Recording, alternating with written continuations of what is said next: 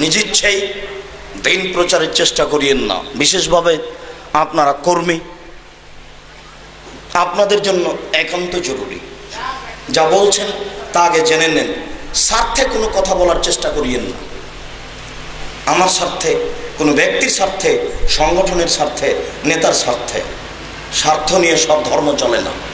একনিষ্ঠা নিয়ে চলে, নীতি নিয়ে চলে। তা কোনো সময় যেন ভুল না হয়। আবেগে কোনো কাজ করার চেষ্টা করিয়েন না। আবেগ ইসলাম গ্রহণ করে না। আবেগে একজন মহিলা বলেছিল, আল্লাহ রাসূল,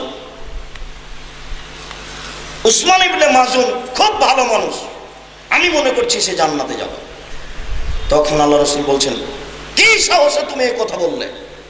কি তোমার কাছে প্রমাণ আছে তুমি জান্নাতে যাবে বলছো? মহিলা বলছে, আল্লাহ রাসূল, এরা মদিনার মানুষ, মক্কার মানুষ। মদিনায় এসে আপনি ভাগ করে দিয়েছিলেন কে কোন বাড়িতে থাকবে। উসমান বিন মাজুন আমার ভাগে পড়েছিল।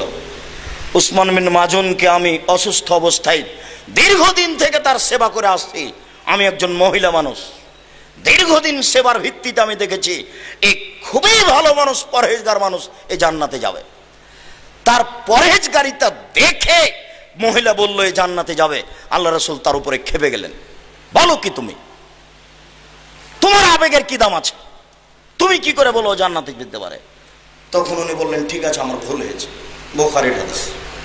তারপরে রাসূলের কথাতে সে ব্যথা পেয়েছিল, কেমন হয়ে গেল, এত ভালো মানুষ, আমি জান্নাতের কথা বললাম। আল্লাহ রাসূল এভাবে ক্ষেপে গেলেন। অনেকদিন পরে উনি বলছেন, আল্লাহ রাসূল, আমি তাকে স্বপ্নে দেখেছি ও জান্নাতে গেছে।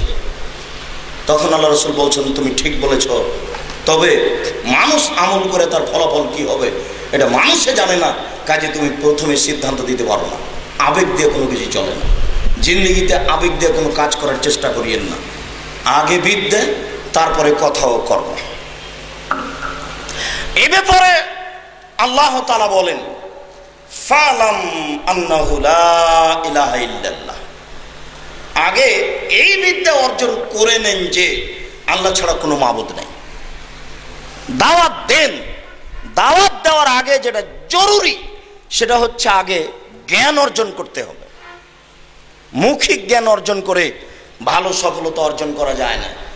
যা বলতে চাচ্ছেন, করতে চাচ্ছেন, সে বিষয়ে চূড়ান্ত হতে হবে এবং সঠিক হতে হবে। সবাই যদি কচুর পাতার পানি হয়, তাহলে হকটা বুঝবে কে আর মানবে কে?